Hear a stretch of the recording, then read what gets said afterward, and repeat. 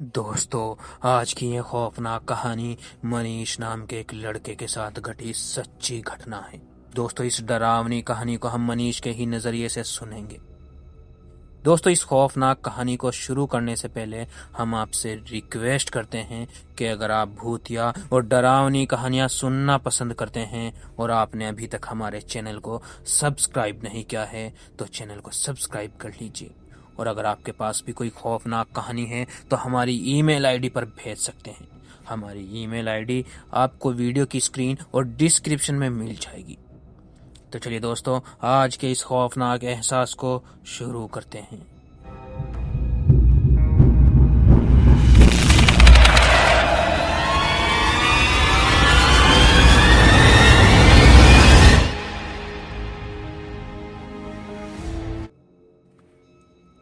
रात के करीब 2:30 बज रहे होंगे। नाइट शिफ्ट करने के बाद मैं पैदल ऑफिस से घर लौट रहा था। वाहन न होने के कारण बीते 1-1.5 साल से महानगर की सूनी बियावान और लंबी सड़कें हमसाया बनकर मेरे साथ चलती हैं। बाप रे, इतनी लंबी लंबी और भूतिया सड़कें खत्म होने का नाम ही नहीं लेती। बस चलती रहती है, चलती रहती है, रुकने का नाम ही नहीं लेती।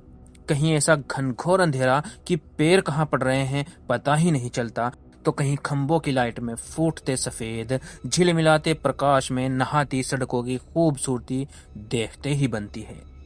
रोजाना का रूटीन होने के कारण अब उन सूनी और अंधेरी सड़कों से डर नहीं लगता।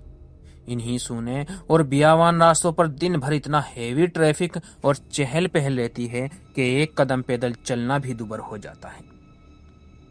मई की बेरहम गर्मी माथे से चूता पसीना और ऐसे में अचानक हल्की हल्की ठंडी चलने लगे। माथे के पसीने से टकराती ठंडी हवा कितनी शीतलता प्रदान करती है। ऐसे में कौन बेवकूफ होगा जिसका मन गुनगुनाने को नहीं करेगा। गुनगुनाते हुए मैं आगे बढ़ ही रहा था कि अचानक आंखें एक जगह पर जाकर ठिठक गई।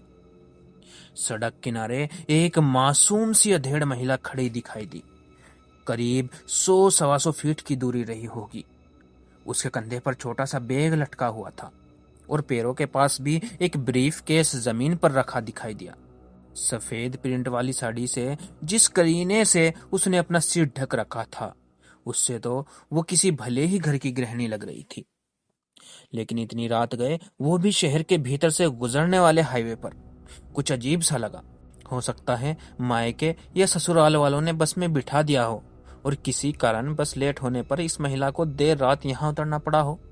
शायद उसका घर यहीं कहीं आसपास ही होगा, या फिर शायद किसी सवारी या ऑटो रिक्शे का इंतजार कर रही हो। लेकिन इतनी रात गए रिक्शा कहाँ मिलेगा? शायद घर का कोई परिजन गाड़ी लेकर आ रहा होगा। शायद शायद शायद सोचते हुए मैं उसके बहुत करीब आ गया। नजरों से नजरें टकराई, मगर वो जरा भी नहीं झेपी। मेरी आंखों में बराबर देखती रही। डर का नामो निशान तक नहीं। वरना इतनी अंधेरी और सूनी रात में एक अकेली महिला कम से कम मुझ जैसे मवाली सरीखे इंसान को देखकर तो डर ही जाएगी। लेकिन वो तो लगातार घूरती रही। चेहरे पर ना कोई हाव ना कोई भाव। हाँ, होठों पर मुस्कान बराबर जमी रही। मैं ही झेप गया। मुझे ही नजरें हटानी पड़ी, कहीं ऐसी वैसी तो नहीं। फिर एकदम से सिर झटक दिया। होगी कोई, मुझे क्या लेना देना। मैं तेजी से कदम बढ़ाता हुआ उस अनजान महिला को क्रॉस कर गया। अनजाने डर और शर्म के मारे मैंने फिर पलट कर नहीं देखा। न जाने वो क्या सोच बैठे। चलते चलते मैं दूसरी सड़क पर आ पहुंचा। अब वो सड़क और महिला पूरी तरह से ओझल हो चुकी थी। कहीं कोई भूत वूत तो नहीं था। थोड़ी देर पहले भला लगने वाला रास्ता अब भयभीत करने लगा था। मैं जल्द से जल्द अपने घर पहुंच जाना चाहता था। इसी कश्मकश में मेरी चाल में गजब की तेजी आ गई। मैं बड़े बड़े कदम उठाने लगा।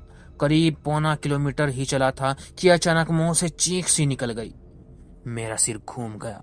अब माथे पर डर के पसीने की बूंदें चमकने लगी थी। वो महिला करीब 100 गज दूर सामने सड़क किनारे ठीक उसी ढंग से खड़ी दिखाई दी। कंधे पर बैग और जमीन पर ब्रीफ केस। ये यहाँ कब आ गई? एक ही रास्ता तो है। ना कोई गाड़ी निकली और ना ही वो पैदल दौड़ती हुई मुझसे आगे निकली।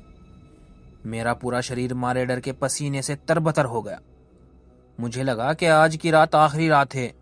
वो भूतिया औरत कुछ देर में मुझे चबाकर खा जाएगी। मैं बेतहाशा भागा, इतनी तेज कि पता ही नहीं चला कि वो औरत कब पीछे रह गई। भागता रहा और सीधे घर पर जाकर ही रुका। सांसें ऐसे चल रही थी कि बस फेफड़े अब फटे। घर के बाहर ही कुछ पल खड़ा रहकर अपनी सांसों पर कंट्रोल किया। अंदर गया, पानी पिया और जाकर बेड पर लेट गया। डरते डरते कब नींद आ गई पता ही नहीं चला। फिर अगले दिन शाम के करीब 5 बजे मैं ऑफिस पहुंच गया। एक बुजुर्ग कर्मचारी नूर चचा को रात का सारा घटनाक्रम सुना डाला और चचा हंसते हुए बोले, अरे कहीं बूचड़ खाने के पास की बात तो नहीं कर रहा है? बूचड़ खाना? मैं बुदबुदाया। हाँ, बूचड़ खाना, स्लॉटर हाउस, जहां जानवर कटते हैं। बेटा वो सड़क बहुत खतरनाक है, बहुत हादसे होते हैं वहां। तेज रफ्तार बड़ी गाड़ियों ने बहुत सारे लोगों को कुचला है। सुना है कि कई साल पहले बस का इंतजार कर रही एक औरत को भी एक ट्रक ने रौंद डाला था।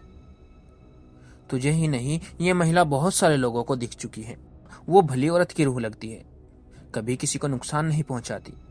मैं हैरान था और परेशान भी कि अब उस रास्ते से रात के समय पैदल कैसे निकलूंगा, क्योंकि उस रास्ते पर मेरा सामना एक आत्मा से हो चुका था।